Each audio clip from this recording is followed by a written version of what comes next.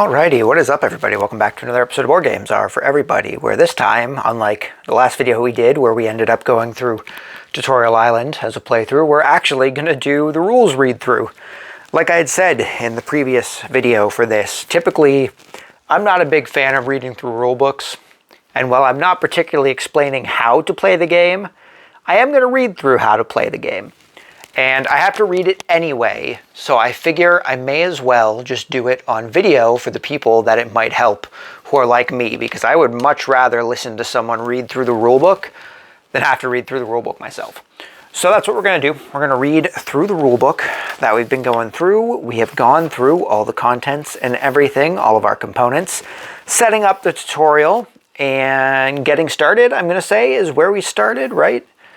For your first experience of Runescape Kingdoms, we recommend playing Tutorial Island and then going to Vampire Slayer. Oh no, this is all going through Tutorial Island, right? So we did all this. So this is where we're starting. Okay. So we are going to be starting on adding adventurers to the game. Players can start the game by collecting a character sheet, selecting one of the low-level adventurer miniatures, and placing it on the map in a capital region without any other adventurers in it. They collect 3 GP and 3 different resources of their choice. Now collect a recipe book card and search the equipment deck, choosing one of the starting equipment cards. This is the equipment adventurers will begin the game with. Shuffle the item decks afterwards. Each player selects 2 of their skills to begin the game at level 2. The rest begin at level 1. More details on this can be found in the next section. We recommend using tally marks to keep track of your adventurer's skill levels, which is something that we went through in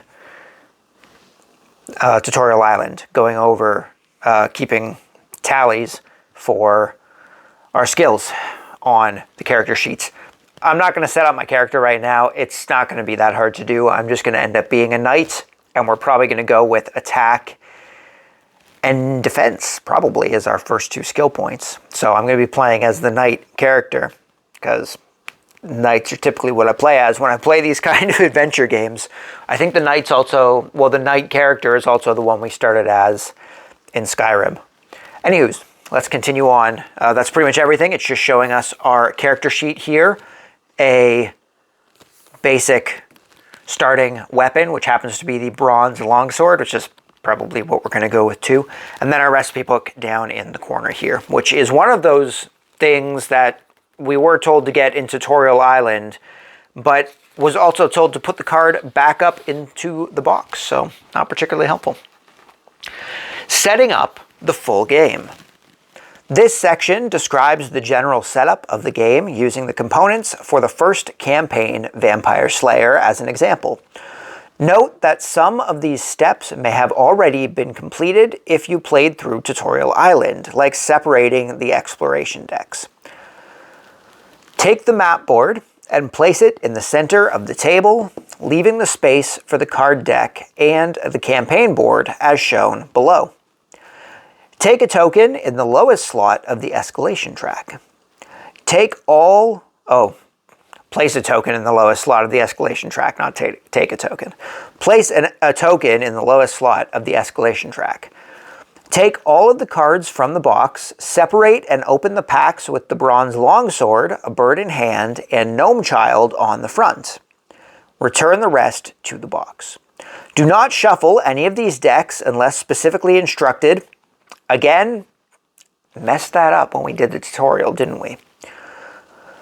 In the pack with the bronze longsword, there are 5 card backs that match the 5 capital region banners on the map. See below. Separate these cards into 5 decks and place them face down. These are the exploration decks. The remaining cards in the pack make up the equipment deck. Place it face down. From the other pack with a bird in the hand, separate the cards with the event card backs and place them face down. This is the event deck. The 55 cards numbered 0 to 54 in the pack with the Gnome Child make up the Vault deck. The Vault is placed face up in numerical order using the number in the top right corner. That's going to make my life a little easier because those are already sorted. So we just have to remember when we do Vampire Slayer, we only need 0 to 54. Return the remaining cards from this pack to the box. They will not be needed until later. Take the mini-boss board and place it as shown below. Take the clan bank and place it somewhere everyone can reach. The various other tokens should be placed to the side where they can be easily reached. This makes up the token supply. Place the campaign board for your chosen campaign. Oh, that's it. There's a period there. I feel like these should be two different sections. Place the campaign board for your chosen campaign. Once you've read the rules section on page 16 to 27, it is recommended that you turn to page 36 to start the first campaign, Vampire Slayer. And moving over to this side, it's just more setup stuff. We have the map. We have area A, or A is the areas, which is over here. My cats are going at each other. So every time I record, this decides to happen. I apologize for any shenanigans going on in the background with my pets. This is just more setup stuff. It goes over the areas, which is the group of 4 regions, 1 capital and 3 provinces. We have the capital regions, a larger region, often representing a center of population. We have the province region, a smaller region, each centered around its standout feature. We have the icons. These affect the gameplay of the region they are in. We have travel path regions. Regions are adjacent to one another if they share a travel path, which is your dotted line. Escalation track represents the passage of time and the growing threats of the campaign villains. Oh look, we're on page 16, which is where it said we have to actually start the rules. The rules section. This section covers everything players will need to know during their adventures across the kingdoms. Character sheets, experience, and leveling up skills. Starting off with the character sheets. Character sheets keep track of adventurers' skill levels and hit points. They also provide a reference for some other important information. Number 1, the name. Space for the player to write the name of their adventurer. I don't know what the name of my adventurer is going to be. What I'm probably going to end up doing is I'm going to take a D6 or maybe a D10, and I will roll that to see how many letters are going to be in the name. And then I have a dice that is all the letters of the alphabet from A to Z. So maybe we'll use that in order to name our character. I'll have to see if I can track that dice down, and maybe we'll use that to make our character when we start. Where were we? Right, space for the character's name. 2 is wounds and death tally. Space for the adventurers to place their wound tokens they suffer and to record the number of times they have died. Number 3 is for your cape objects. So number 2 right here is the wounds. It's probably easier if I'm going to get a sheet out here so that we can display this a little easier. Hopefully they're on top. They are mostly on top. I'll just take the whole pad out for the time being. So obviously space A for your name right up here. Section 2 covering your wounds is right here. Number 3, which is your cape objects, which are all right down here. Details on how to level up the adventurer miniatures and gain a cape. Number 4 is your side quest benefits, which are all right down here, all the side quests that you have completed. Passive benefits the adventurer receives once they have completed the corresponding number of side quests. 5 is a reference section, which is just all up here. It is your turn reference, everything you can do during your turn, reference information that will be useful to players.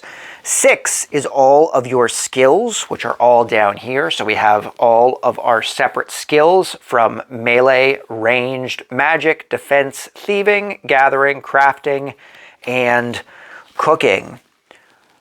So 6 is your skills, space to record the skill's current level. A being melee, which is skill in hand-to-hand combat, range, which is skill in ranged combat, magic, which is skill in casting magic, defense, which is skill in withstanding or avoiding danger, thieving, which is skill in awareness and dexterity, gathering, which is the ability to make use of the world around them, crafting, which is the ability to create and repair equipment. So I'm going to take a guess and say that our crafting is tied in with smithing in this instance, seeing as smithing doesn't have its own skill. So that would make most sense. So maybe we should start with melee and crafting for our thing. And then finally we have cooking, which is the ability to cook with ingredients. Section 7 is your experience slot, which is these spots right here beside your skills. Space to place XP tokens when adventurers gain XP in a skill. And space number 8, which is gold pieces and resources, which are right down here. All your GP and resources come down here. And that is space for storing GP, resources, and food tokens. Food tokens is available on the character sheet. This is part of the adventurer's inventory. Space for storing GP, resources, and food tokens is available on the character's sheet. That's kind of weirdly worded, but it's okay. We're not going to worry too much about that. So that is our character sheet laid out there. Next up, we have experience and leveling up skills. This is something we briefly went over while we did Tutorial Island. When an adventurer gains an experience, place an experience token on the next empty slot in the corresponding skill. When an adventurer gains an XP in a skill with both slots already filled, that skill levels up. Instead of placing the new experience token, remove all the experience tokens from the skill and increase the skill level by 1, marking this on the character sheet. Skills can be leveled up to a maximum of 99, which is definitely something from the game. Who knows? We'll see. I don't know if I see any of our skills getting to level 99. If any of our skills will get to level 99 during this campaign. But we'll just have to see how quickly all of our skills level up. I guess I don't really know how quickly they level up. Maybe if we just focus on one particular skill, then we can get that up to 99 by the end of the campaign. But we'll see. We'll see. Where were we? Right down here.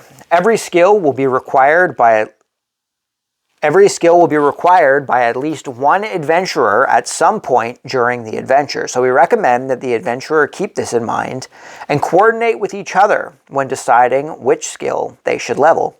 Like I had mentioned in Tutorial Island, I'm probably going to end up playing 2 characters during this campaign to make things a little easier on myself.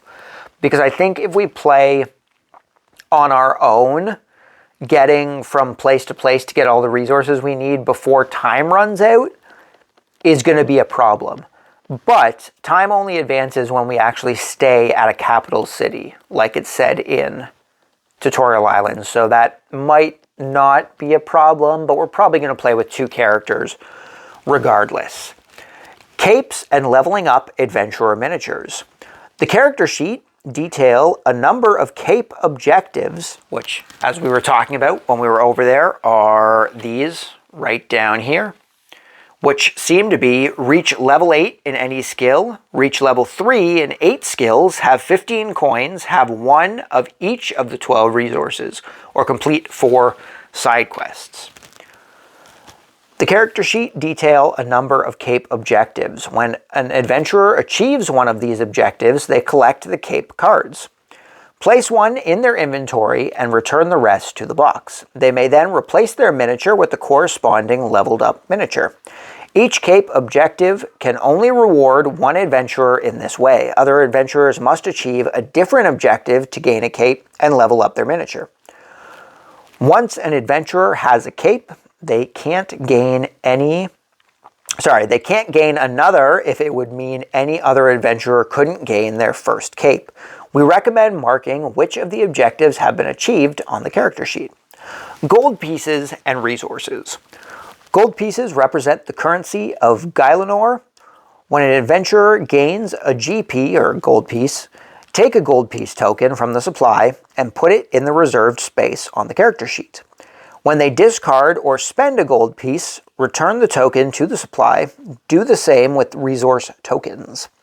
Tokens are double-sided and can be used to represent 1 or 2 gold pieces or resources, depending on which side is face-up. If there are no tokens of any one type remaining, adventurers can't gain another. We recommend spending your gold pieces and resources regularly so as not to miss out.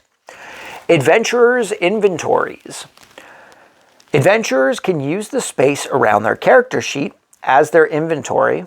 This space can contain resources, food, gold pieces, equipment, and several other types of cards, which adventurers will discover as they play. When multiple adventurers are in the same region, they can freely exchange anything in their inventories at any time during any of their turns. The vaults. The vault is home to many different types of cards, which can be collected in a variety of ways.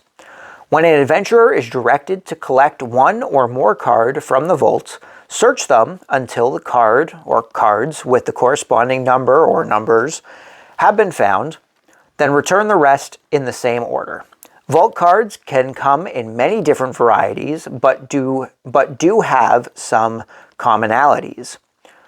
Oh, I should grab a vault card out so we can explain this a little better, I guess. I was hoping I wasn't going to have to pull cards out, but it's okay. They should all be pretty well right in the front here, if I can get this plastic sheet off anyway. Is this the right side for the vault? That is not the right side for the vault. Is this the right side for the vault? Well, there's a vault card there. I'm going to take a guess and say, oh, it's even number 0. There we go. The gnome child. So, the first space it is talking about is the vault number, which you can see is up in the top right here, is the vault number. The gnome child is card number 0. The vault number, this both identifies that the card should be in the vault deck at the start of the campaign and shows the number adventurers should look for when searching for the why is this so hard? Sorry. So vault number both identifies that the card should be in the vault deck at the start of the campaign and shows the number adventurers should look for when searching for and collecting the card. There we go. I don't know why that was so hard. Number 2 is the card type, which is, not on this one. It's not on this one. Let me show on this. Well, maybe it's on the next one here. There it is on this one here. So number 2 is the card. Oh, well, this is also not right. Well, we're just gonna plop these back in the box. I'll just show you guys off of off the book. That didn't work out how I wanted it to. So number 2 is the card type, which as you can see right here, this one, the garlic wreath, happens to be a recipe type card. So the card type, there are many different types of cards in the vault: character, equipment, exploration, mini-boss, quest, recipe, schematic, and special. Number 3 is the character cards. So number 3 is right here. Whatever this is describing to us in this spot here, it's not the name of the card, I would think. I think it has to do with the bar up at the top here, but we'll see what the text says. So number 3, character cards. It's talking about character cards, as in the card is a character, I guess. Unique to the vault deck and give players an opportunity to interact with the people of Guylenor. There are often rewards listed on a character card. These are gained by the adventurer who collected the card from the vaults. Once a character card has been resolved, remove it from the game. Number 4 is the card name, so that is right down, well, I guess it's showing the card name, but it's underneath the actual card name. I feel like 4 and 3 should be switched, almost. I feel like 3 should be down here beside the character name here, while 4 should be up anyway. Well, 4 should be up a little higher. So 4 is the name, which, oh, the name of the character. Oh, well, never mind. This is why you're supposed to read ahead. So 4 is the name of the character. So I guess that is correct. So I guess 3. So we have character cards, and then we have the name. There must be something underneath the bottom part here on the character cards. Anywho, 4, name, the name of the character. And 5 is special cards. Again, the 5 is just at the top of the card here. So I'm guessing the top will either say character or special, or it has something to do. You can kind of see it on the garlic wreath here, how it has like these 3 dots up at the top. The number's kind of blocking them, but perhaps the, well, actually I should be able to see it on here. It wasn't on the gnome child, but it was on the second one, right? Nope, no difference. Just the thing in the middle there. So we'll have to see how that works, I guess. So 5 is special cards. Special cards are unique once they have been collected from the vault. The cards themselves will instruct players what to do with them. And now we are on to campaigns. We're talking about the campaign board, I'm guessing. So let us grab a campaign board since everything is out already. We will start with, well, that's the Dragon Slayer one. I guess we should start with the Vampire Slayer one since it's the first one we're going to be doing. That is Demon Slayer. That's the Fire Slayer. So here is our campaign board. Each campaign has a campaign board and a boss fight, and will add a number of additional gameplay elements. The details of these are in campaign entries from page 36 onwards. The campaign board details the quests players must complete in order to face the campaign's villain.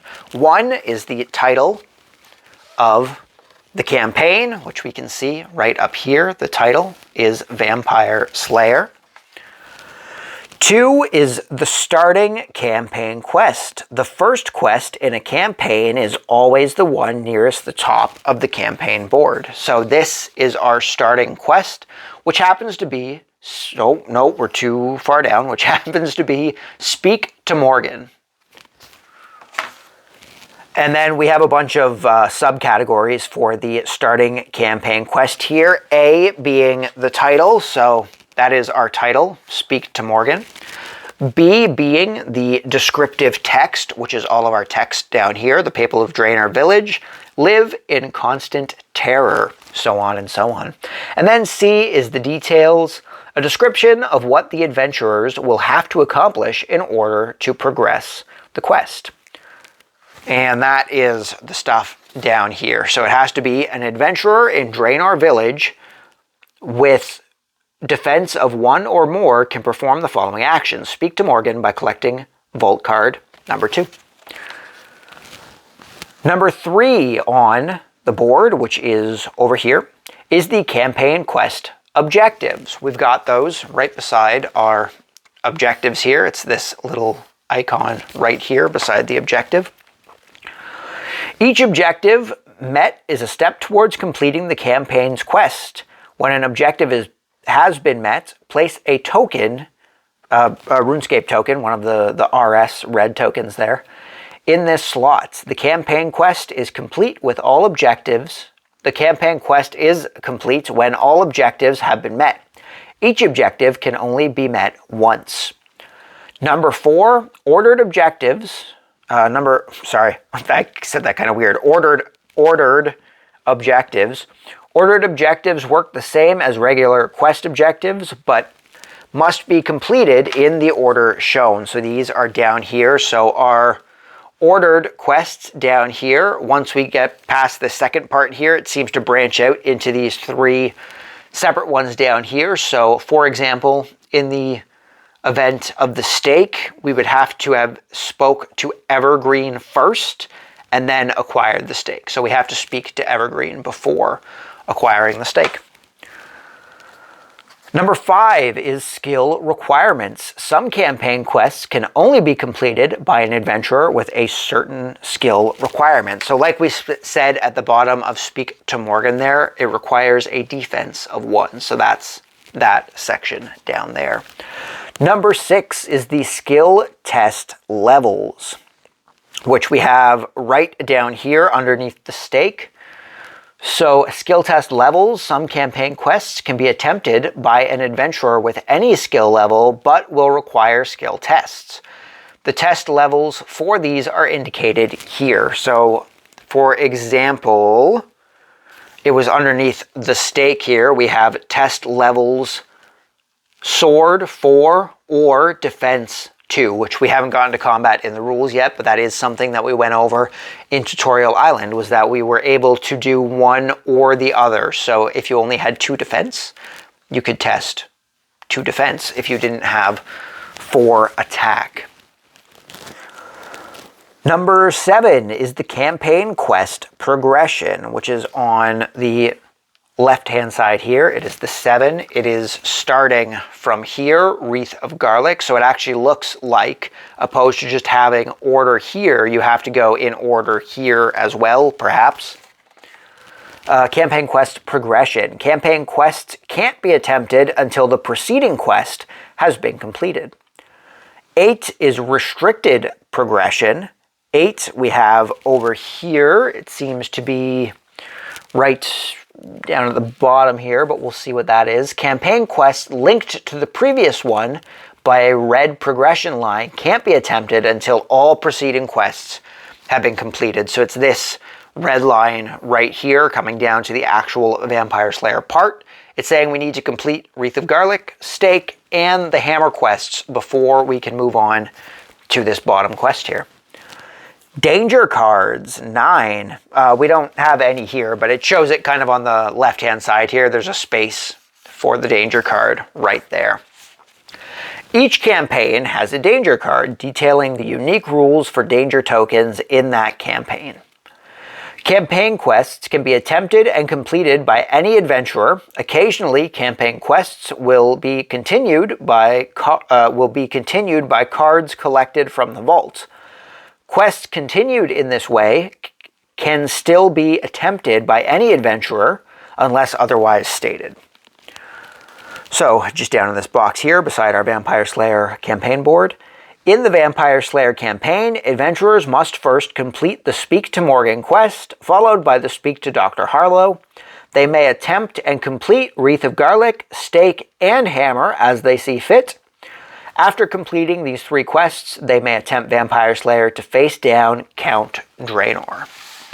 Moving over to skill tests. In order to determine how an adventurer will fare against Gailenor's many obstacles, they will frequently have to take skill tests. This section describes how to resolve them. I was going to say how to resolve those skill tests, but it's just how to resolve them.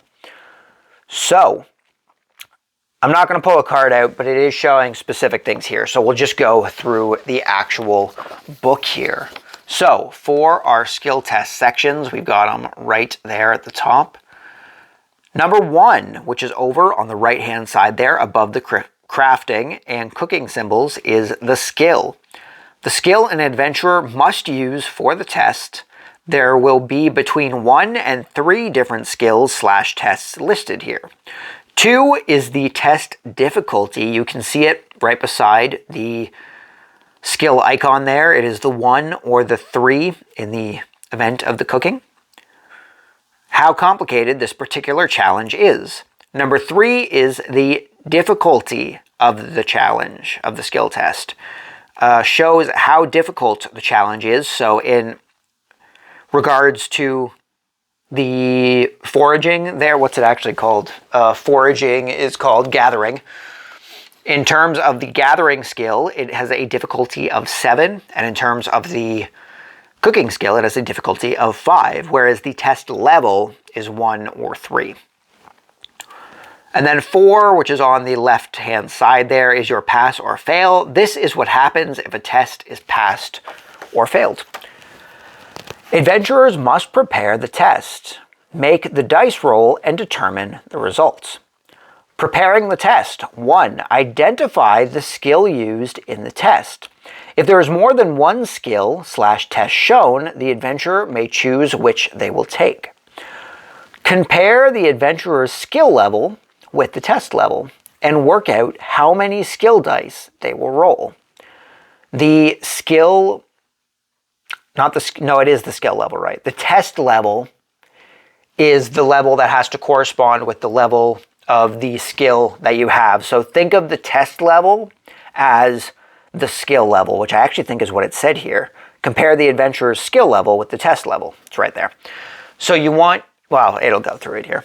Compare the adventurer's skill level with the test level and work out how many skill dice they will roll. If an adventurer's skill level is lower than the test level, collect 1 die. So what it's saying is that, say the skill level that you require for cooking is 3, but you only have a cooking level of 2, you'll only gain 1 dice for the roll. If the adventurer's skill level is equal to the test level, collect 2 dice. So, say again in the example of cooking where you need a skill level of 3, if your cooking skill matched level 3, you would get 2 dice opposed to 1 dice. And then see if the adventurer's skill level is greater than the test level, collect 3 dice. So again, in the event of the cooking skill where you need a skill level of 3 for cooking, say you had a skill level of 4, you would get 3 dice to roll opposed to just 1 or 2. Number 3, check to see whether the equipment in the adventurer's inventory also allows them to add the equipment dice, which is the orange die, which is further explained on page 23, it says. So for the time being, we'll just leave it at if you have any equipment that allows you to add the orange dice, you get an extra die. Unless specified, an adventurer will never roll more than 4 dice for a skill test. Making the dice roll. Roll the dice. So let's go with the example of the skill level of 3 here for cooking. Let's say we only had level 2, so we only get to roll 1 dice. So we roll our dice. We rolled a 1. Determine the result. Check to see whether the adventurer passes or fails the test. Each die that shows a result equal to or greater than the difficulty is successful, and only 1 success is needed to pass. Otherwise, the adventurer fails. So, in this event, seeing as the difficulty of the quest, or of the skill check, I should say, was a 5, and we only rolled a 1, we would have failed that particular skill test, and we would go on with the failed parts. Now, say we had, well, that was a bad example. Say we had all 3 dice here and we rolled them. Let's just pretend that was a 7 there instead of a 3.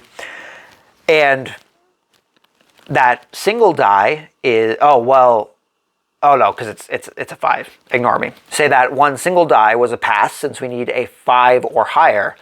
Then we have successfully rolled. So check to see whether the adventurer passes or fails the test. Each die that shows a result equal to or greater than the difficulty is successful, and only 1 success is needed to pass. Otherwise, the adventurer fails. Resolve the effects of passing or failing the test, which are listed below the test. Not all skill tests have both pass and fail effects. If nothing is listed, there is no effect. The adventurer gains 1 experience in the skill used for the test, even if the test was failed. So, had we successfully passed, it would be gain 2 resources of your choice. Had we have failed, it would have been suffer 2 wounds. Now, regardless of whether we failed or passed, we gain 1 experience in whichever of the skills we were testing, which happened to be cooking, so we would add 1 cooking experience token onto our cooking sheet in the spot over here. That is the determination of everything. So now we have our dice section up here. Rerolls. Rerolls are performed immediately after the original roll. The same die can never be rerolled more than once. Modifiers. Modifiers are applied immediately after the dice are rolled and can never take the total above 10 or below 1. In the rare event that a die can be both rerolled and modified, the modifier is applied to both the original and the reroll. An example skill test for the Burnthorpe card, White Wolf of the Mountain. Echoing howls grow louder. White wolves are on the hunt. This has a skill test for either melee or archery, and you need a skill level of 1 for your melee or a skill level of 2 for your range, and the melee skill check has a difficulty of 6, while the ranged skill check has a difficulty of 5. Leo encounters a melee skill test with a test level of 1 and a difficulty of 6. Since Leo's adventurer has a melee skill of 2, higher than the test level, he collects 3 skill dice for the roll. Leo has no equipment that affects melee skill tests, so the equipment die cannot be added. Now Leo rolls the dice.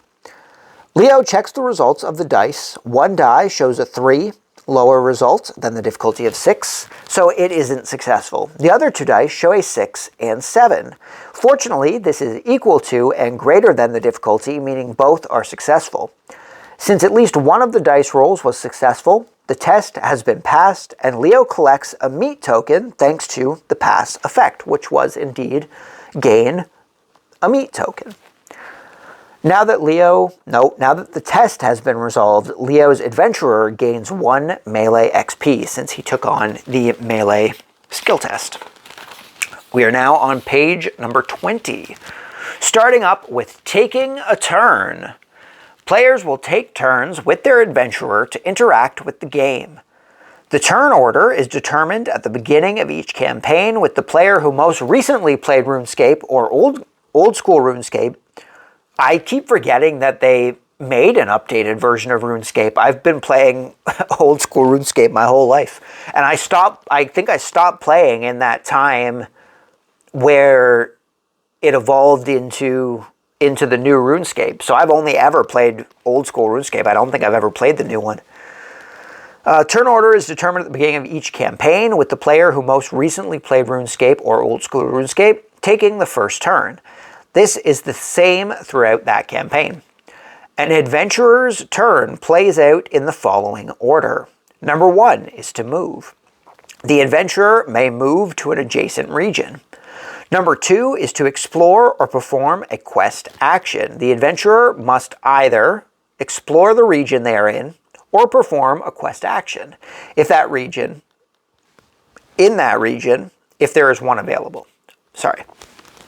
So if you are in a particular region, you either have to explore that region, which we'll get into right there, or you have to perform a quest action. You have to do one of those things. Number 3 is performing a bonus action. The adventurer may perform a bonus action. There are a number of bonus actions detailed on various game components. Each will detail how and when they can be performed. After this, the adventurer's turn ends and the next player's turn begins. And remember, on our character sheet, there is a turn reference up here saying everything that you need to do and what order you need to do it in. Moving and teleporting. When an adventurer moves, they place their miniature in a region that is adjacent to one they are currently in. Adjacent regions are connected by a travel path. Instead of moving, adventurers may discard a gold piece to teleport. When an adventurer teleports, they may move to any capital region as if it were adjacent. And remember, capital regions are our large regions here. That's right? Capital regions are the big ones. Let's make sure I'm not giving false information here. Capital region B, yeah. The big ones are the capital regions. Alrighty, we were down here talking about teleporting. An adventurer in Edgeville may move to the Ice Mountain, Black Knight's Fortress, Barbarian Village, or the Grand Exchange, since all of those are adjacent to Edgeville. They may also discard a gold piece to travel to Burnthop, Faldor, Varrock, or Lumbridge by teleporting. Exploring. When an adventurer explores, follow the steps below in this order. Explore the region, and then skill or forage. Province and capital regions are explored differently. Exploring a province. So remember that the provinces are all of these small icons scattered around our capitals. To explore a province, collect the top card of the exploration deck that corresponds with the province's area. Then identify the entry that corresponds with the province the adventurer is in, and resolve that entry by reading it aloud and taking the skill test shown. So it's going over a couple things here, which I'll try and get into the camera here. Down at the bottom, it is showing a exploration card right down here, this Faldor card. So we have the areas at number 1, which is at the top there, the title of the capital associated with the area, which in this case happens to be Faldor. Number 2 is the entries, 3 different sections, 1 for each province in the area. So as you can see down here, we have Barbarian Village, we have Remington, and we have Port Sarum. So depending on which of the actual provinces you are in, where's the other one? Up here. Depending on which of the actual provinces you're in for that particular capital, you take a look at the card and you only read the section for that particular spot. Some exploration cards do not have separate sections for different regions. In this case, the entry is resolved regardless of which province the adventurer is in. After an exploration card has been resolved, it is returned to the bottom of its deck. The exploration deck will change throughout campaigns and from one campaign to the next as the narrative progresses. Only add or remove cards from them when specifically instructed. Again, I'm going to have to try and figure out how to put those back together. So right here, it's just giving an example kind of what I just went over. It says, the wizard explores Port Sarum and so only reads that section and takes the skill test as shown. When exploring a province region, adventurers may skill or forage, as described on page 22, which we'll get to. It's the next page. Capital regions and exploring them. Capital regions show up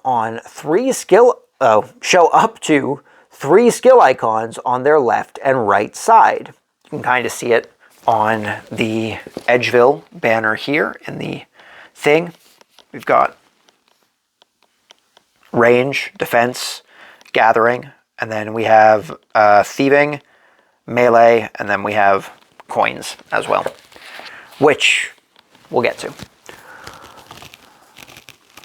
When an adventurer explores a capital... Nope, I was going to say capital city. When an adventurer explores a capital, they may gain 1 experience in 1 or more of these skills by discarding the number of GP shown above it. When exploring a capital region, adventurers may forage, as described on page 22. Adventurers in capital regions may freely use the clan bank during their turn.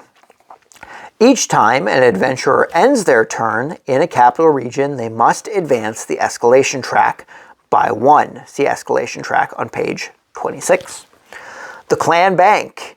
At the clan bank, adventurers can stash their resources, gold pieces, and equipment for another adventurer or themselves to collect later.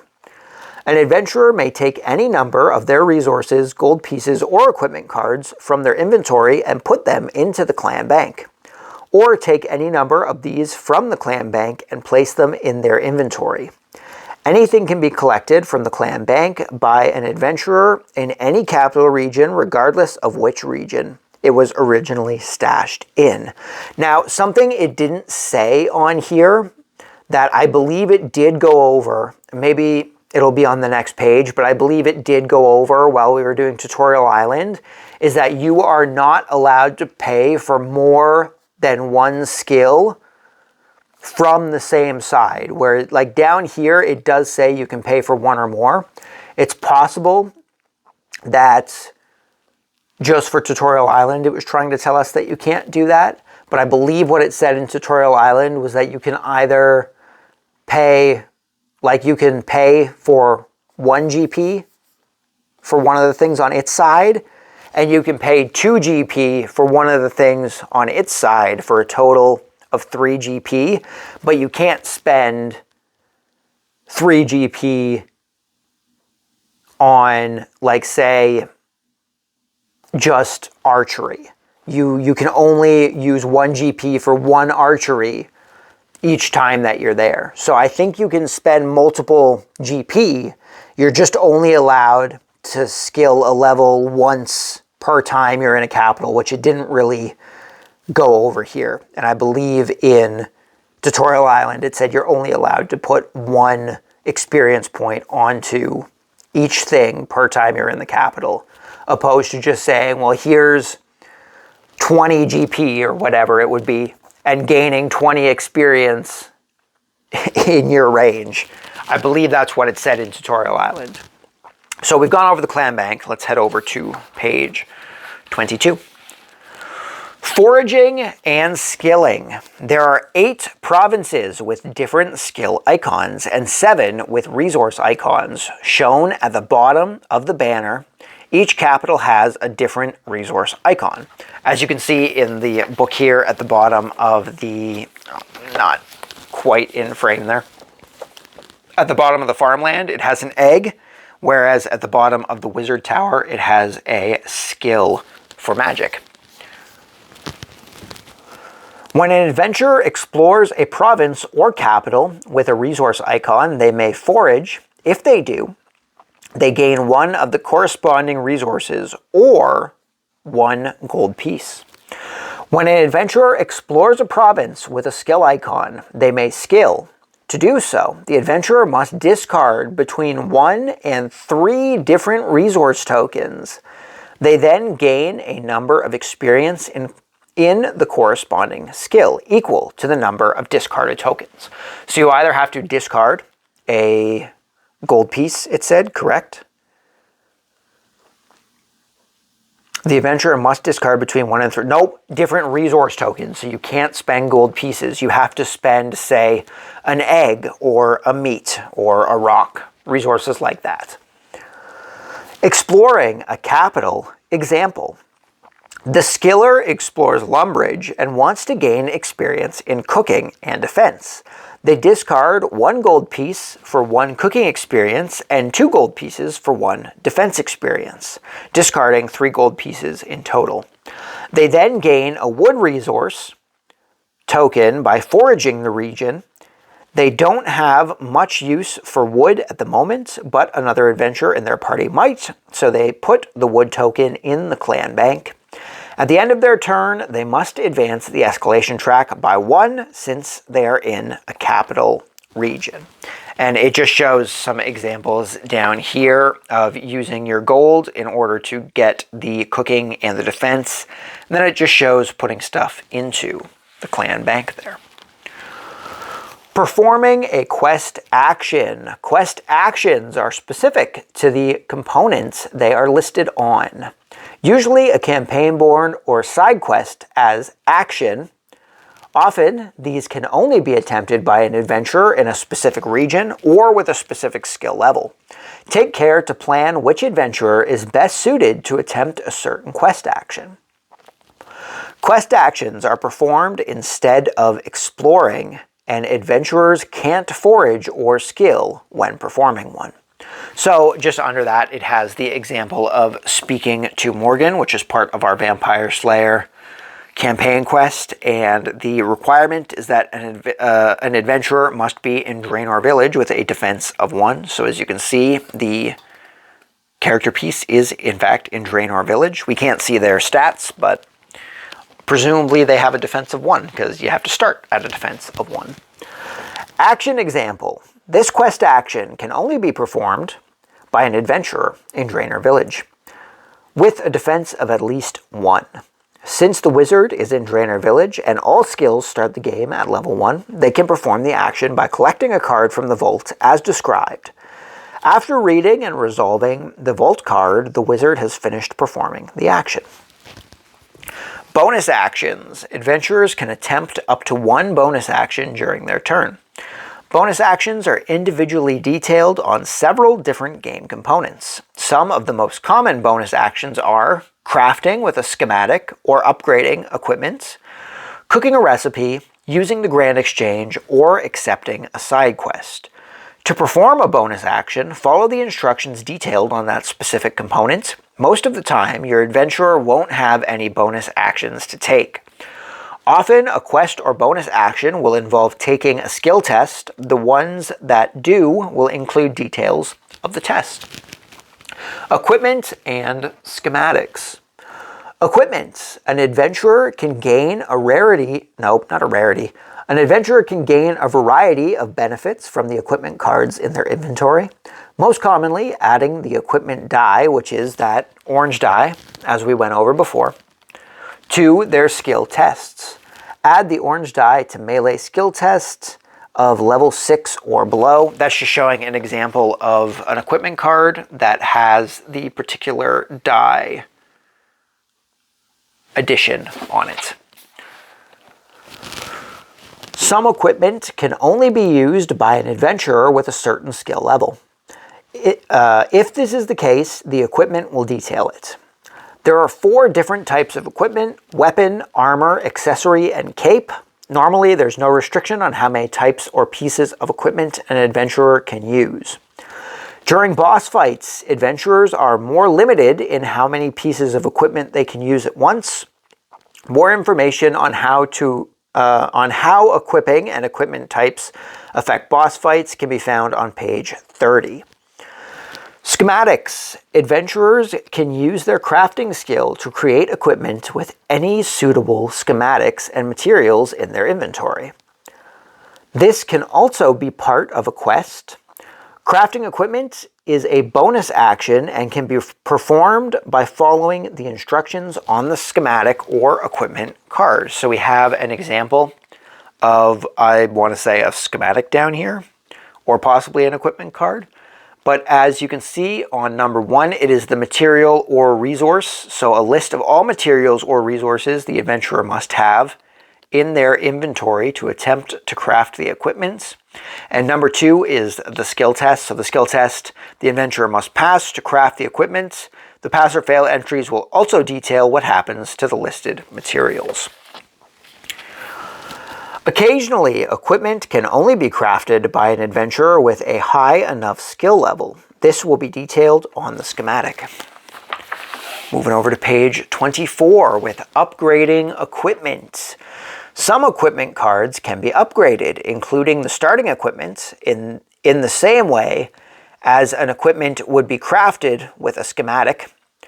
Upgradable equipment will list the resources required to attempt the upgrade, a skill test and vault card to collect if the test is passed. In addition, when upgrading equipment, apply the following pass or fail effects to the skill test. So in the events that I believe it's showing on the right-hand side here, no, it's not, it's a different thing, but it is showing us a example of the fail and pass requirements. So if we were to pass the skill check for the craft, it would be discard all of the upgrade resources and return this card to the box. And if we failed, it would just be discard 1 of the upgrade resources. And now we have the upgrading equipment example. Zoe has the upgrade materials listed on her wooden bow and wants to upgrade it. So after moving and exploring the region her adventurer is in, she performs a bonus action to attempt to upgrade it.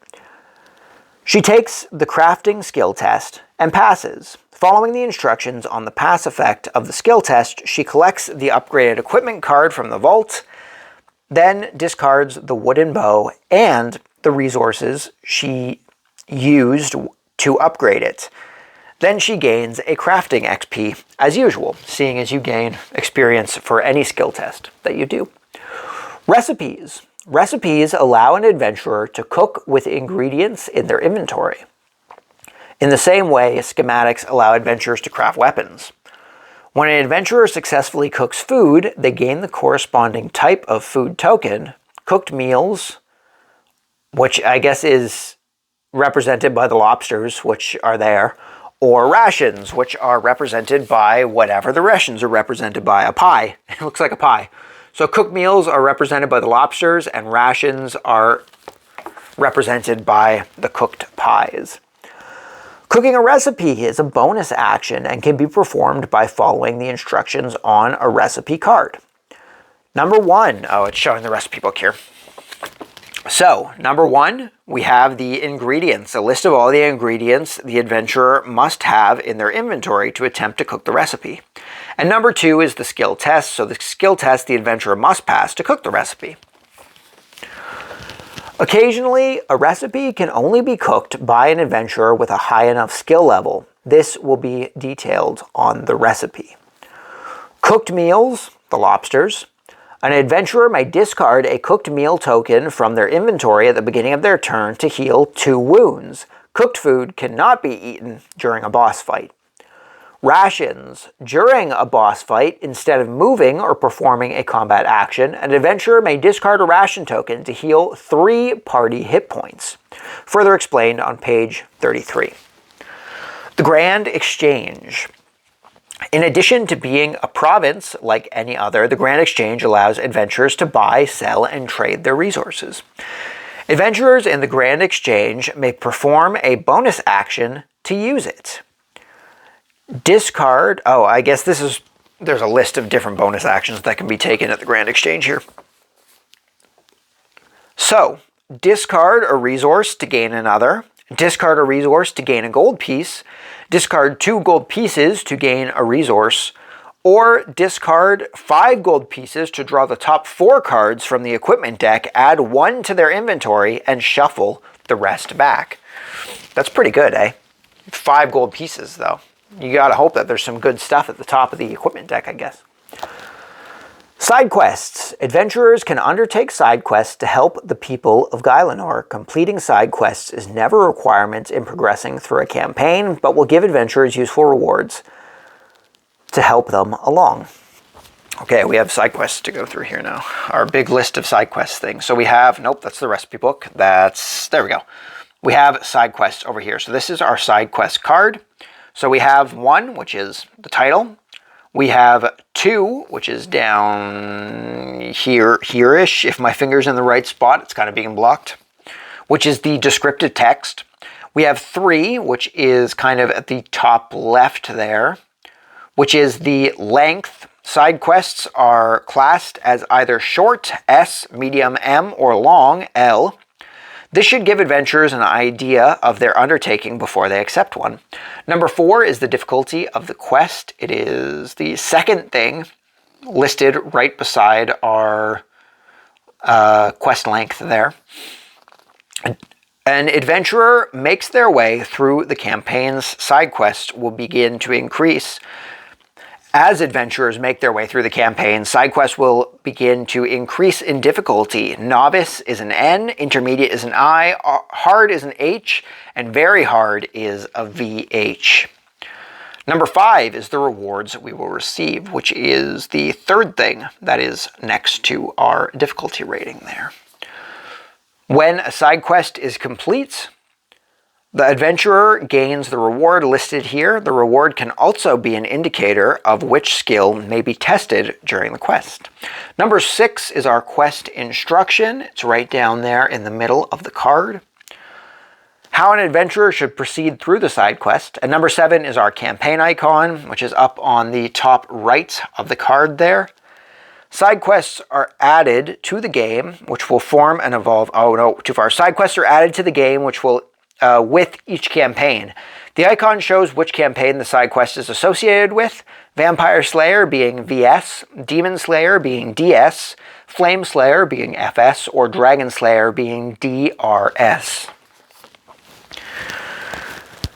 Adventurers can accept a side quest as a bonus action. To accept a side quest, look through each of the cards in the side quest deck, take one, and place it beside the character sheet. Some side quests can only be accepted by an adventurer in a specific region. Check this carefully before accepting one. The number of incomplete side quests an adventurer can have at any given time depends on the number of players in the game. One player, there are 3 side quests that can be left uncompleted. 2 to 3 players, 2 side quests, or 4+ players, and you have only 1 side quest that can be uncompleted. If an adventurer wants to accept a side quest but already has their maximum, they may want to swap one they have already accepted for one in the quest deck. Each side quest is unique and will often have different requirements to be completed. A side quest will detail how it can be advanced, continued, or completed. Some side quests will ask an adventurer to collect a vault card to continue the quest. When this happens, the vault card replaces the original side quest card, which is removed from the game. Most side quests require an adventurer to perform one or more quest action, as described on page 23. And then we have an example of a side quest action here. The action being make the delivery. Make the delivery by advancing the escalation track +1 and collecting vault card number 3.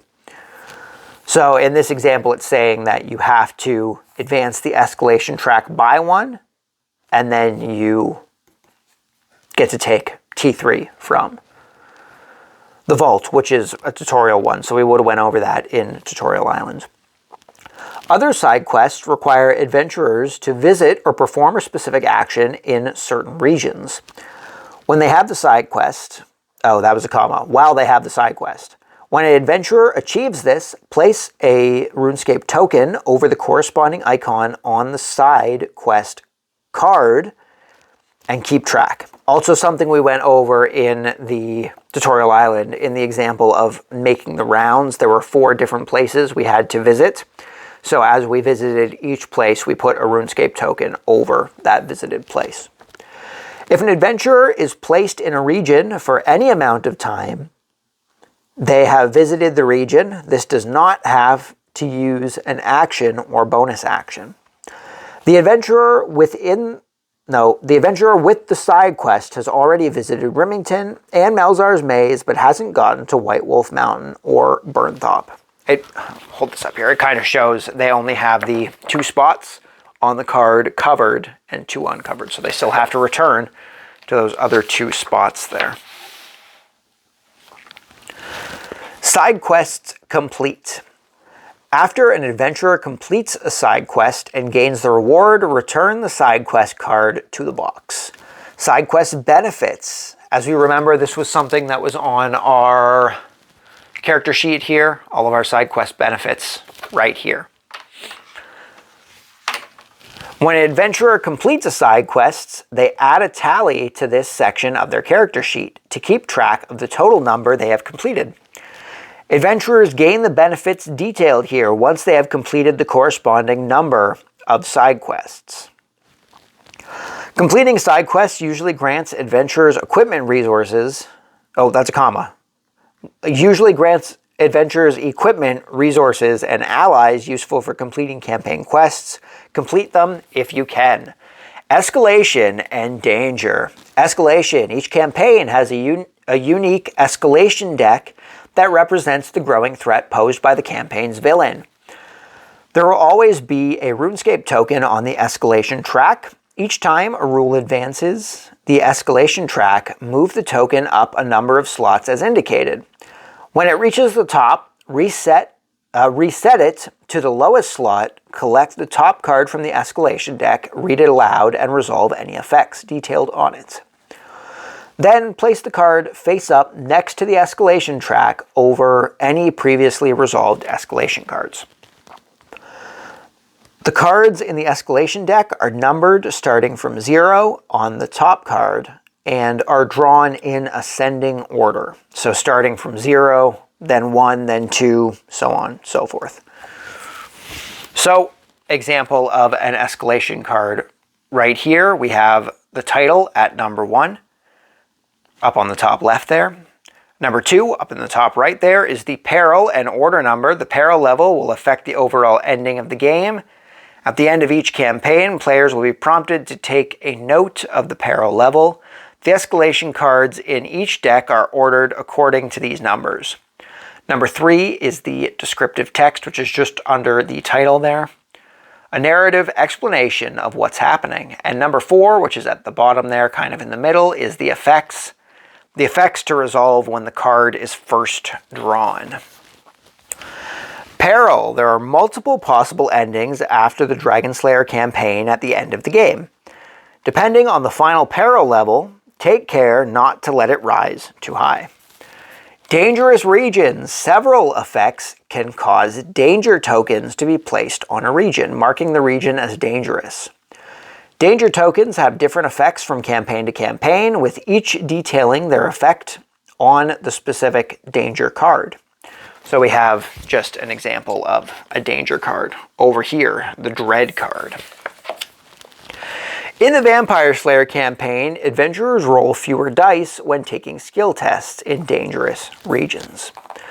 The equipment deck and consumables. Throughout their travels, adventurers may be asked to draw from the equipment deck by taking the top card from the deck and adding it to their inventory. The equipment deck contains a range of different types of cards, including consumables.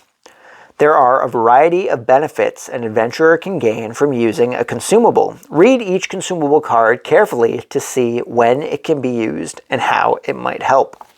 Example of a consumable here being the potion. I would hazard a guess. When a consumable card is discarded, place it face up beside the equipment deck in the equipment discard pile. If an adventurer is asked to draw from the equipment deck and there are no cards left, shuffle the discard pile and place it face down to refresh the deck. Wounds and dying. There are a variety of ways adventurers can suffer wounds. When an adventurer suffers one or more wounds, place a corresponding number of wounds on their character sheet. As we went over on the character sheet, I'm pretty sure there was a space for wounds. It's up here where the death tally is. Oh, and right here. Space for your wounds here, death tally here. If an adventurer has 3 or more wound tokens, they have died. However, this is not the end. Each time an adventurer dies, the following steps must be followed immediately. Number 1, the adventurer's turn immediately ends. Number 2, if vault card number 23, Death, is not already in play, collect it from the vault and place it somewhere each player can see it. The Death card remains in play for the remainder of the game. 3, place the Death token in the same region as the adventurer. Number 4, select the equipment card in the adventurer's inventory and place it under the Death card. If they do not have an equipment card to select, they must discard all of their gold pieces. Number 5, discard each of the adventurer's wound tokens. Number 6, advance the escalation track by 1. Number 7, increase the adventurer's death tally by 1. Number 8, place the adventurer in the closest capital to the region where they died. While the death token is on the map, an adventurer in the same region can perform a bonus action to persuade him to return an equipment card he is holding. See the death card for details. Just an example of our wounds down here. Space to place wound tokens and record death numbers that the adventurer has suffered. That was a bit of an ad lib at the end there. Mini bosses. We're at our mini bosses now. There is no need to read this section until the adventurer encounters a mini boss. But we'll go through it anyway. I'll probably go through it again when I actually encounter a mini boss. During the campaign, adventurers will come up against formidable foes in mini bosses. These enemies must be fought in a unique way. As described in this section, setting up for a fight. When a mini-boss is encountered, players will be instructed to place the mini-boss token on a specific region. And then it's just showing us a bunch of setup stuff over here. It's showing us our mini-boss board, which I have around here somewhere. It's this board right here, our mini-boss board. And it's just showing us how the mini-boss board is set up here. So number 1, which is on the left-hand side, kind of in the middle there, is our adventurer slots.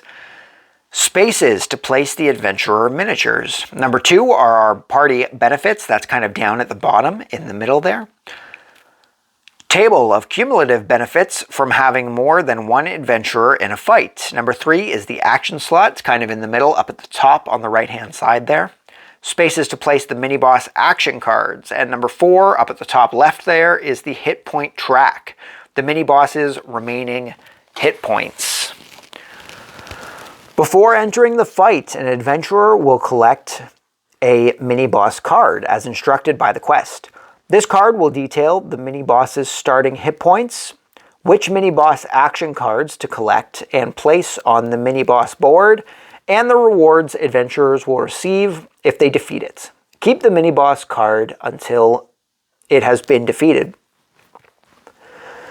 Mini-boss action cards detail that action adventurers can perform when they're in a boss fight, and are placed on the mini-boss board as shown below. Which slot each card is placed on is not important. Fighting a mini-boss. An adventurer in the same region as a mini-boss token can use their action to place their miniature onto the mini-boss board. If the first available slot, and fight it, adventurers that begin their turn on the mini-boss board must either spend their whole turn fighting or move on to the same region as the corresponding mini-boss token and continue their turn as normal. To fight a mini-boss, an adventurer must select one of the mini-boss action cards and resolve the effects detailed on it. So we have an example of a mini-boss action card here. Needle spray is what we have here. So we have number 1, which is the name of the action. Number 2 on the left-hand side by the top there, which is the descriptive text. Number 3, more so down to the bottom on the left-hand side, details of the action. Number 4, up at the top right, is the volt number. And number 5, which is beside our 2 there, is the name of the mini-boss. Each time an adventurer makes a skill test as part of a mini-boss action, they gain a benefit based on the total number of adventurers currently in the fight, as shown in the table on the mini-boss board. These benefits are cumulative. When an adventurer inflicts a wound on a mini-boss, move the token on the mini-boss's hit point track down 1 slot. When the token would be moved below 1, the mini-boss is defeated. When a mini-boss is defeated, place each adventurer in the fight in the region with the mini-boss token, then discard the token and action cards. If an adventurer dies while in a mini-boss fight, they must be placed back on the map in the same region as the corresponding mini-boss token. Then follow normal steps for resolving the death of an adventurer. See page 27. We went over that before, as described on the mini-boss card. Then we have an example of fighting a mini-boss over here. Leo must decide which mini-boss action card to resolve during his turn and chooses the needle spray card. Since Laura's adventurer is also in the fight, Leo gains +1 to his defense skill, bringing it to 3. And allowing him to roll the 3 dice in the skill test. Leo passes the defense skill test and places the Runescape token on the card. Hack a branch. Oh, okay. It goes over it down here. Laura decides to resolve the Branch Lash card with this test. She has melee skill 2. Because there are 2 adventurers in the fight, her melee skill counts as 3 instead of 2. Because there is a Runescape token on Needle Spray card, the test level counts as 3 instead of 4. Because Laura's skill of 3 matches the test level of 3, she rolls 2 dice. She rolls a 7 and 8, both of which succeed, again thanks to the Runescape token, reducing the difficulty of the test. This means Laura's inflicted 2 wounds on Evergreen. So it looks like while doing mini-boss fights, and presumably also boss fights, you're actually going to be dealing multiple hits. So the more dice you have, the better as far as fights go. Boss fights. You won't need to read this section until you attempt to fight a boss. This section will detail how adventurers can take on powerful boss enemies. The specifics of each boss fight are detailed in the corresponding campaign section. Battleground. Bosses are fought off the map on a unique battleground printed on the back of the corresponding campaign board. That would be this spot right here on the back of our campaign board.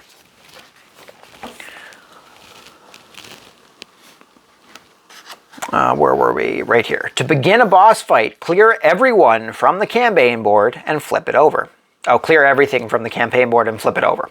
The battleground is split into several spaces. 9. It's split into 9 spaces. It's a 3x3 grid. Spaces are adjacent to one another if they share an edge as shown. So you can't move diagonally. You can move adjacently, I'm guessing is what it says. Spaces next to each other, horizontally or vertically, are adjacent to each other. Spaces next to each other diagonally are not adjacent. In addition, several spaces will have terrain cards placed on them. The setup of terrain cards in the Count Drainer fight is shown below. It has a example of how the cards are set up there. Terrain cards are all double-sided and sometimes have to be flipped during the fight. Before the terrain card is flipped, lift each miniature in the same space, replacing them afterwards. Party hit points and initiative cards. Initiative cards determine when adventurers can take their turn in boss fights, as well as whether they get to take any additional turns. If there are fewer than 4 adventurers fighting a boss, players should play the fights with fewer starting hit points. Hold on. If there are fewer than 4 adventurers fighting a boss, players should play the fight with fewer starting hit points and 1 or more additional initiative cards as detailed below. Oh, okay. So with 5 adventurers, the party's starting and maximum hit points is 20. With 4 adventurers, the party's starting and maximum hit points is 20. So why couldn't it just say with 4 or 5? With 3 adventurers, the party's starting and maximum hit points is 17. Add 1 additional initiative card to the fight. 2 adventurers, the party's starting and maximum hit points is 14. Add 2 additional initiative cards to the fight. This is the one we're probably going to have to remember since we're probably going to be using 2 characters. With 1 adventurer, the party starts with a maximum hit point of 11 and 3 additional initiative cards are added to the fight. Hit point board, which I believe is on the back of the mini boss board. Boss and adventurer hit points are tracked on the hit point track on the reverse side of the mini boss board. Bosses' starting hit points are each detailed in their campaign entries by placing a Runescape token in the corresponding slot. Adventurers' hit points are tracked collectively and start as detailed in the previous section. More information on this can be found later in the boss fight section. The initiative track determines the order adventurers and the boss will take their turns. It is made up of adventurer initiative cards and boss behavior cards dealt from left to right. Boss behavior cards detail how the boss will act during a turn as described on page 34. To set up the initiative track following these steps, number 1, take the adventurer initiative cards corresponding to each adventurer miniature being used and shuffle them together. If there are fewer than 4 adventurers, players will need to take additional initiative cards as detailed in that section. Number 2, take a number of boss behavior cards at random equal to the number of initiative cards and shuffle them together separately from the initiative cards. Number 3, pick 1 adventurer initiative card at random and place it near the battleground, where there is a table space to place more cards to the right. Number 4, pick 1 boss behavior card at random and place it to the right of the previous card, face up. Number 5, continue placing cards to the right in this manner until all cards have been placed. Once the initial track has been set up, the first round of the boss fight can begin. Example of an initiative track is right down here. Shows all the initiative cards going wizard, and then regenerate from the vampire, then the knight, then bloodlust from the vampire, and then the archer. Rounds and turns. When an additional initiative card takes a turn, any adventurer may take an additional... Wait, whoa. Too many additionals being used. They need to use different words. They need some synonyms. Is synonyms the right thing?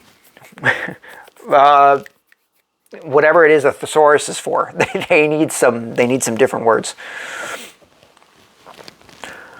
When an additional initiative card takes a turn, any adventurer may take an additional turn. Each round is made up of a number of turns equal to the number of adventurer initiative cards and boss behavior cards in the initiative track at the start of each round. The miniature with the highest initiative, an example with their card in the furthest left space, takes the first turn. Once a miniature has finished their turn, tilt their initiative card 45 degrees to the left to indicate they have taken their turn. A card that is tilted this way has been exhausted. The next miniature to take a turn is determined by the card with the highest initiative that is not exhausted. Repeat this process until each card in the initiative track has been exhausted. So I guess everything has a number on it. I'll have to figure that one out. When an additional initiative card takes a turn, any adventurer may take an additional turn. The adventurers can't take another additional turn as a result of this. Wait, what? When an additional initiative card takes a turn, any adventurer may take an additional turn. An adventurer can't take another additional turn as a result of this. So I guess you can only have one additional turn? Until each other adventurer has also taken one. Oh, so what it's saying is that the knight can't take a third additional turn until, say, the wizard has taken a first additional turn. That makes it, it's worded a little weird. That makes sense, though. When all cards have been exhausted, the round enters the end phase. Adventurers should check to see if there are any effects in the fight that should be resolved now. If there is more than one effect resolved, the adventurers may decide... You guys doing okay over there? Sorry, my cat's ripping around. It's been an hour. I thought they would have been tired out by now. If there is more than one effect that resolves, the adventurers may decide in order. Afterwards, a new initiative track is set up. Note, the boss behavior cards are selected randomly from all 5 behavior cards each time the initiative track is placed. The knight is the next miniature to take a turn. According to this, even though the knight is tilted at 45 degrees, so I don't know. I might have to look up a video for that one that can explain that for me. Occasionally, an effect can cause one or more cards on the initiative track to move. When moving a card on the initiative track, select one card and swap its place with one card next to it. This can't exhaust a card that has yet to take a turn or cause a card to take a second turn in the same round.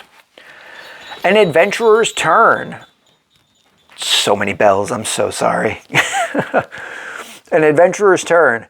During a boss fight, an adventurer's turn is split into 2 actions in order, move, and combat. As the first action of their turn, an adventurer may move from the space they are currently on to an adjacent space. As their second action, an adventurer may make one combat action chosen from the list detailed on the boss fight entry. So there's an example of that entry right here. So we've got number 1, which is the range. So it's a range example. As it says, it's in the same space. The action can affect a miniature or card within the range listed, counted through adjacent spaces from 1 the adventurer is on. If the range is battleground, the action has unlimited range. Number 2, which is at the top left there, is the skill test.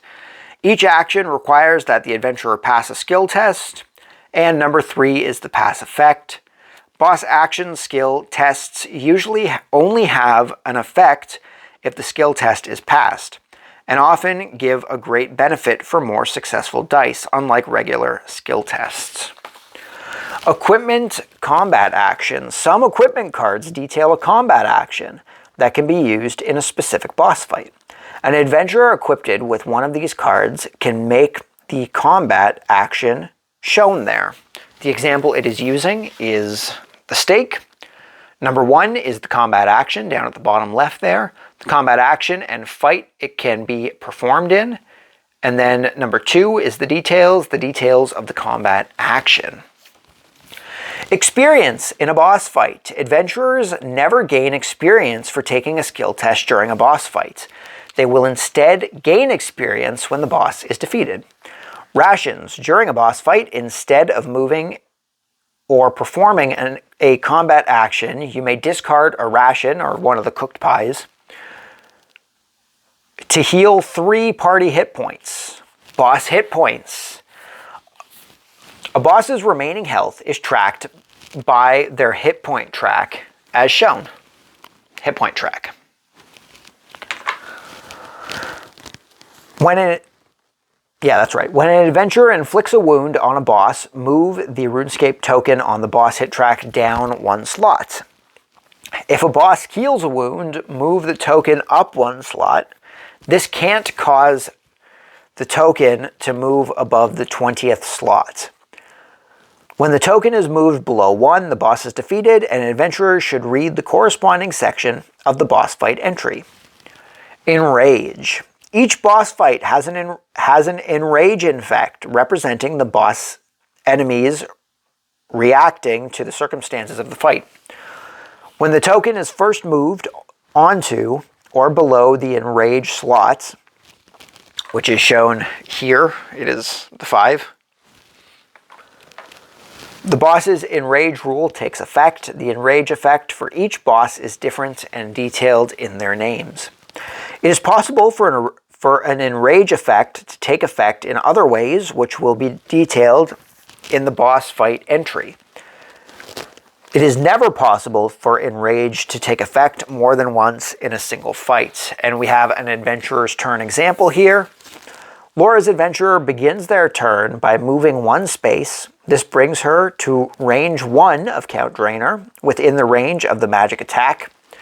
Her skill is higher than the test level, and her elemental battle staff lets her add the equipment die. So she rolls 4 dice. So magic attack, I'm going to take a guess. I didn't see a boss thing on here, but I'm going to take a guess and say bosses have a range and a melee effect.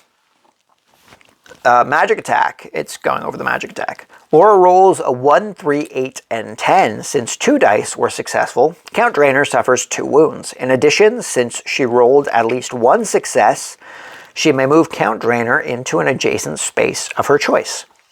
Now that the combat action has been resolved, Laura's turn ends. Boss turns. Each time a boss takes a turn, they act as described on the corresponding behavior card. These turns are made up of a move and an attack, like an adventurer's turn. So we have an example of a boss card here, of a boss attack card, I should say. Number 1 up at the top left there is the name of the behavior. Number 2, kind of in the middle on the left, is the special effect. Sometimes a boss behavior will have a unique effect on the fights. Number 3, kind of down at the bottom on the left, is the movement, how the boss miniature will move around the battleground. And number 4 on the bottom right there is the attack, how the boss miniature will attack. Not all boss behavior cards cause the boss to attack. Movements.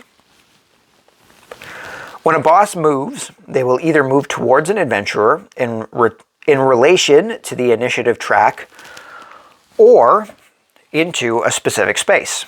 There are a few icons that determine how boss moves in relation to the initiative track. So we got a list of different icons down here. The left moves toward the adventurer with the closest initiative card on the left of the boss behavior card. To the right moves toward the adventurer with the closest initiative card on the right of the boss behavior card. 2 to the left moves towards the adventurer with initiative card furthest to the left. The 2 to the right moves towards the initiative furthest to the right. And the circle moves into a specific space as detailed on the card. If there is more than one route a boss could take while moving towards an adventurer, that player may decide which it takes. Bosses will ignore additional initiative cards that don't correspond to a miniature. If this causes no adventurer to be eligible for the boss to move towards, the card is treated as having the 2 left arrow icon until the end of that turn. Attacking. We got an example of attacks here. I'm guessing, yeah, you can kind of see it on the card over here, down at the bottom there. That's what it's showing on this side over here. So number 1, kind of in the middle there, we have the target. The attack will be made against each adventurer in the area shown relative to the position of the boss miniature. Number 2, which is on the right-hand side there, skill test. The skill test an attacked adventurer must pass to avoid taking damage. Number 3, at the bottom, is the fail effect. All boss behavior attacks only have an effect if the adventurer's skill test is failed.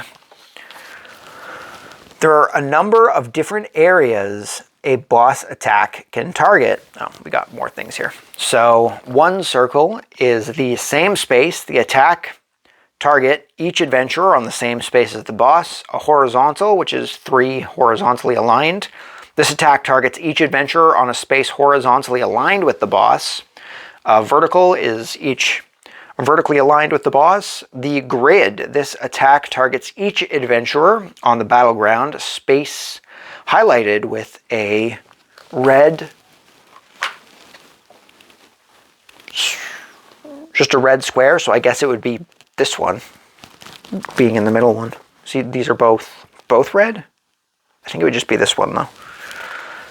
Or maybe it's specific to the card, like maybe the card will show which ones it targets in. So maybe this specific one is the 4 corners. Vertical and horizontal, this attack targets each adventurer on a space vertical or horizontally aligned with the boss. Same space and adjacent, this attack targets each adventurer on the same space as the boss and each adjacent space. And then the little play button triangle down there is special. This attack targets a unique area as described in the corresponding text. When a boss makes an attack, each adventurer in the target area must separately make a skill test to try and avoid it. The fail effect is applied for each adventurer that fails. So we have a boss turn example here. There are no special effects to resolve on the last out behavior card, so Count Drainer goes straight to movement. The position of the initiative card means he will move towards the knight miniature. See, I'm trying to figure that out. Not having the card in front of me doesn't help. Oh, it's beside, you can kind of see it on the movement. It's like right here. It'll show the icon as far as movement is concerned. Now, Count Drainer will attack. The attack on Lash Out targets both the Knight and the Skiller adventurers since they are both in spaces in the target square. Both the Knight and Skiller are unfortunate enough to fail their defense skill test, resulting in the party suffering a total of 2 wounds, as described in the next section. So it looks like the enemy only does 1 damage per fail, but possibly later on they'll do more damage. But if it's just 1 per fail, that wouldn't be too bad. Party hit points. During the boss fight, adventurers do not have separate hit points. Instead, they have a single hit point track that represents the overall health of the party. When any adventurer suffers a wound during a boss fight, move the Runescape token on the party hit point track down 1 slot. If the party heals a wound, move the token up 1 slot. This can't cause the token to move above the party's maximum hit points. See page 31. If the party heals a wound, nope, that's what we just went over. If the token is moved below 1, the party has been defeated and players should read the corresponding section of the boss fight's entry. Reminder about rations. During a boss fight, instead of moving or performing a combat action, you may discard a ration token to heal 3 party hit points. And we have now made our way to the campaigns. So that is our rulebook read-through for Runescape Kingdoms Shadow of Elvarg. Hopefully this helps someone. I hate reading through rulebooks. You know, I think part of it comes that I'm not a big fan of reading in general. I would much prefer to listen to an audiobook or something like that. So hopefully this can help someone out who is kind of in the same position as me, who doesn't really enjoy reading through rulebooks a bit. At least maybe you can follow along with it if you would rather just listen to it. Or you could just listen through this and hope that you remember everything, I suppose. But yeah, that's everything for the rulebook read-through for RuneScape Kingdoms Shadow of Elvarg. So next time we hop into RuneScape here, we're going to be setting up campaign number 1, which is the Vampire Slayer. So hopefully you guys will join me for that. For now, though, that is everything. So thank you very much for stopping by. Hopefully you enjoyed the video. Hopefully it was helpful. Hopefully I will see you all next time.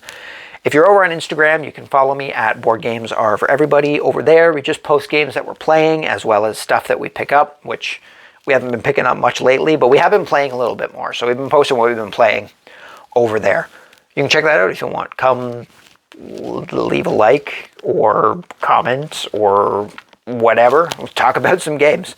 That's it. I've never been good at ending these, and it turns out that all this time away from making videos has not helped. So that's it. See you guys all next time. Thanks for stopping by. Hopefully I will see you all then. Until then, just remember the board games are for everybody. Peace.